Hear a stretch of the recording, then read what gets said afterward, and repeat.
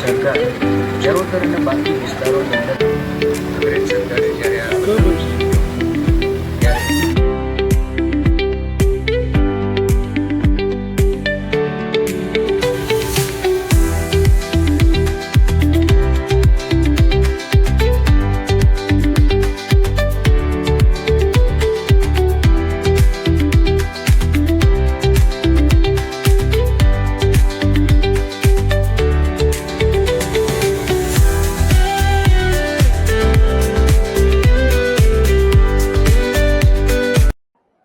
આજે સરદાર સાહેબની 150મી જન્મ જયંતિ નિમિત્તે રાષ્ટ્રીય એકતા દિવસ તરીકે ઉજવણી કરવામાં આવે છે।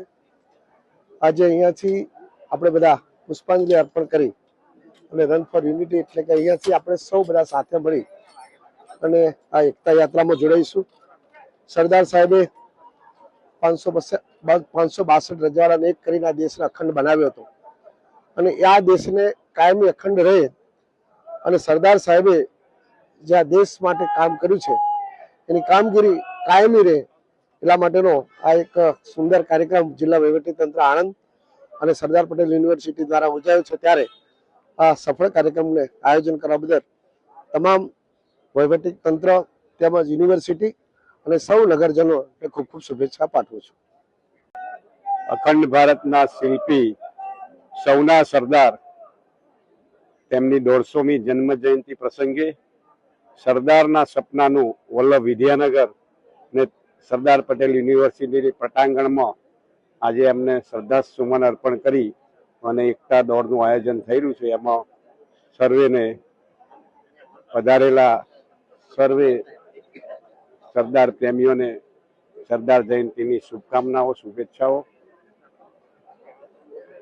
અને આવનારા સમયમાં એક ભારત શ્રેષ્ઠ ભારતના નારાને સર્વે એક થઈ બુલંદ કરીએ એ જ એકતા દિવસની સર્વેને શુભેચ્છાઓ। ધન્યવાદ। ભારત માતા કી જય। વંદે માતરમ। સરદાર વલ્લભભાઈ પટેલ ભારતના કર્મઠ લોહ પુરુષ એમની 150મી જન્મ જયંતિ નિમિત્તે આપ સૌને હું ખૂબ શુભેચ્છા પાઠવું છું।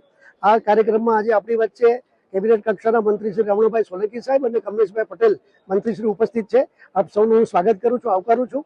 આ સ્મૃતિ યાત્રાનો મુખ્ય ઉદ્દેશ એ છે કે યુવા પેઢી જે છે યુવા પેઢીમાં સરદાર સાહેબ વિશે કરવાનું થાય છે। સરદાર સાહેબના જે જીવન કાર્યો છે એ જીવન કાર્યો યુવા પેઢી સુધી પહોંચે એ આ કાર્યક્રમનો ઉદ્દેશ છે।